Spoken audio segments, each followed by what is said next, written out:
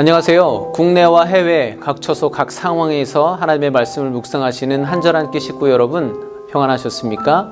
12월 7일 월요일 한절 한끼 시작하겠습니다. 오늘 본문은 다니엘 10장 1절부터 7절까지의 말씀인데요. 저는 오늘 본문 여러 절을 가지고 묵상을 해봤는데 특별히 지난번에 이어서 다니엘의 기도에 대해서 집중해서 들여다보게 인도하신 것 같습니다. 그래서 오늘 제가 묵상한 것을 함께 나누고자 하는데요. 1절 말씀을 함께 보겠습니다. 바사왕 고레스 제3년에 한 일이 벨드사살이라 이름한 다니엘에게 나타났는데 그 일이 참되니 곧 큰 전쟁에 관한 것이라. 다니엘이 그 일을 분명히 알았고 그 환상을 깨달으니라. 아멘. 다니엘이 또 다른 환상을 경험하게 되는데 바사왕 고레스 3년에 있었던 일이라고 합니다. 그런데 에스라서 1장을 보면요, 고레스가 왕위에 오르면서 이스라엘 백성의 일부가 스룹바벨의 인도하에 예루살렘으로 귀환해서 성전을 재건하기 시작합니다. 그런데 사마리아 사람들의 방해로 한동안 중단이 되죠. 그런 상황 가운데 다니엘이 환상을 보게 됩니다. 민족 공동체적으로는 그런 상황이었고요. 다니엘 개인의 상황은 어땠을까 한번 저는 생각해 보았습니다. 다니엘이 7장에서 네 짐승의 환상을 처음으로 보게 되죠. 그때 나이가 65세쯤으로 추측이 되는데 지금은 20년 정도가 흘러서 85세 정도가 되었을 거라고 추측할 수 있습니다. 이제는 많이 늙은 노인의 모습을 하고 있겠죠. 다니엘은 그 누구보다 다시 조국으로 돌아가서 성전을 재건하고 믿음으로 이스라엘 백성들을 회복하는 일에 동참하고 싶었을 것입니다. 그런 마음이 간절했을 텐데 아무래도 이제는 먼 길을 가기에는 너무나 나이가 많아졌죠. 이제 그 인생 말년의 노쇠한 몸을 감당하기도 쉽지 않은 상황 가운데 오늘 다니엘은 그가 그 자리에 남아서 해야 할 사명이 무엇인지를 분명히 알고 있었습니다. 그리고 그것은 하나님께서 그에게 비전을 보여주시고 민족 공동체를 위해 끊임없이 기도하게 하신 것입니다.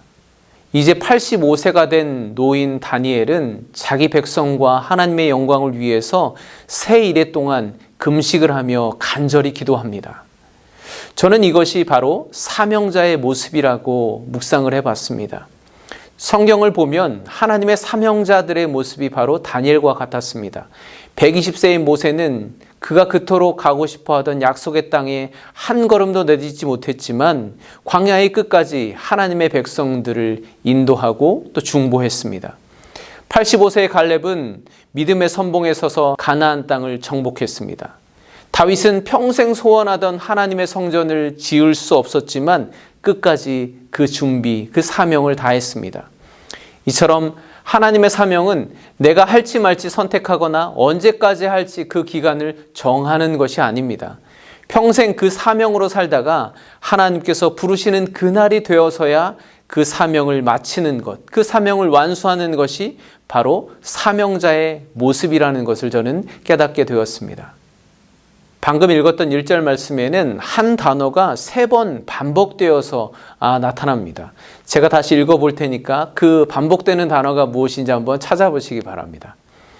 바사왕 고레스 제3년에 한 일이 벨드사살이라 이름한 다니엘에게 나타났는데 그 일이 참되니 곧 큰 전쟁에 관한 것이라. 다니엘이 그 일을 분명히 알았고 그 환상을 깨달으니라. 아멘. 네, 반복되는 단어 찾으셨나요? 네, 대단하십니다. 네, 한 일이, 그 일을 이렇게 3번 일이라는 단어가 반복됩니다. 이 말은 우리가 흔히 쓰는 사건, 이벤트라는 의미가 아니라 히브리어로 다바르라고 하는데 그 말은 말씀을 의미합니다. 네, 우리말 성경이 그런 의미로 잘 번역하고 있는데 우리말 성경으로 다시 한번 읽어드리겠습니다. 페르시아 왕 고레스가 왕이 된 지 3년에 벨드사살이라 불리는 다니엘이 환상을 보는 가운데 말씀을 들었습니다. 그 말씀은 참되며 큰 전쟁에 관한 것입니다. 다니엘은 이 말씀을 분명히 알았고 그 환상을 깨달았습니다. 아멘. 이렇게 다니엘이 본 환상은 단순히 어떤 사건이 아니라 하나님의 말씀이라는 시각으로 다시 이 말씀을 들여다보면 오늘과 내일 본문은 또 다른 은혜로 묵상되어질 수 있습니다. 예를 들자면 5절에 세마포 옷을 입고 숭금띠를 띤 한 사람이 나타나는데요. 이 사람이 누구인가? 신학적으로 여러 견해가 있습니다. 그런데 저는 방금 이 1절 말씀을 통해서 그 한 사람이 누구일까 묵상해 보면 그 한 사람은 바로 하나님의 말씀이신 예수 그리스도임을 저는 확신할 수 있는 것이죠. 따라서 다니엘의 환상을 통해서 하나님의 말씀이신 예수 그리스도가 온전히 드러났다, 이렇게 말씀드릴 수 있는 것입니다. 또 한편으로는 이 모든 역사, 창세로부터 종말에 이르는 모든 역사 가운데 하나님의 말씀이신 예수님께서 친히 개입하셔서 일하심을 우리는 다시 한번 깨달을 수 있는 것입니다. 저는 이것이 하나님의 비전이라고 생각합니다. 비전은 단순히 내가 원하고 바라는 것을 꿈꾸는 것이 아닙니다.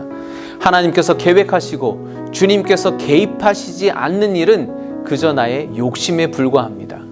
우리가 다니엘 전반부에서 본 것처럼 그야말로 천하를 호령한다던 바벨론 왕도 그 스스로 하나님보다 높아지겠다는 교만하지만 원대한 꿈을 꾸고 현실로 실현하고자 그렇게 살았지만 정작 하나님께서 보여주신 꿈은 그가 가진 능력과 지혜를 총동원해서도 깨닫지 못했습니다. 왜냐하면 하나님의 비전은 하나님께서 보여주시지 않으면 절대로 볼 수가 없는 것이기 때문입니다.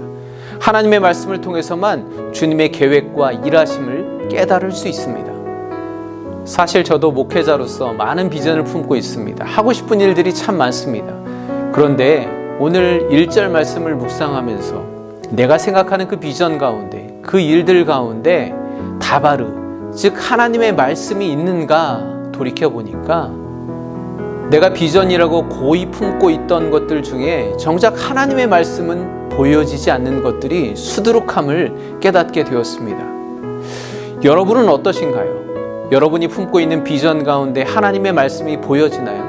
하나님의 말씀이신 주님께서 일하고 계신가요? 여러분의 사명은 무엇인가요? 혹시 지금도 여러분의 사명을 다 하고 계신가요? 기도하겠습니다. 하나님 아버지, 비록 몸은 연약해졌을지라도 영적으로는 깨어있던 다니엘을 묵상합니다. 오늘 우리가 육적으로는 후패해질지라도 하나님 주신 사명을 기억하며 영으로 날마다 새롭게 하여 주시옵소서. 오늘 내가 추구하고 갈망하는 모든 것들 속에 하나님이 역사하시고 일하심이 보여지는 하나님의 비전이 될 수 있도록 말씀으로 충만케 하여 주시옵소서. 예수 그리스도의 이름으로 기도합니다. 아멘. 대림절을 보내며 성탄을 간절히 기다리고 있었는데 코로나 단계가 2.5 단계로 격상이 되면서 이제 예배도 제한이 되어서 마음이 참 답답합니다.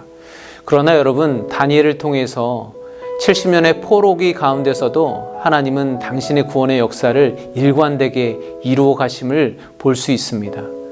그 신실하신 하나님을 오늘도 주목하여 바라보시는 복된 하루 되시기를 간절히 축복합니다.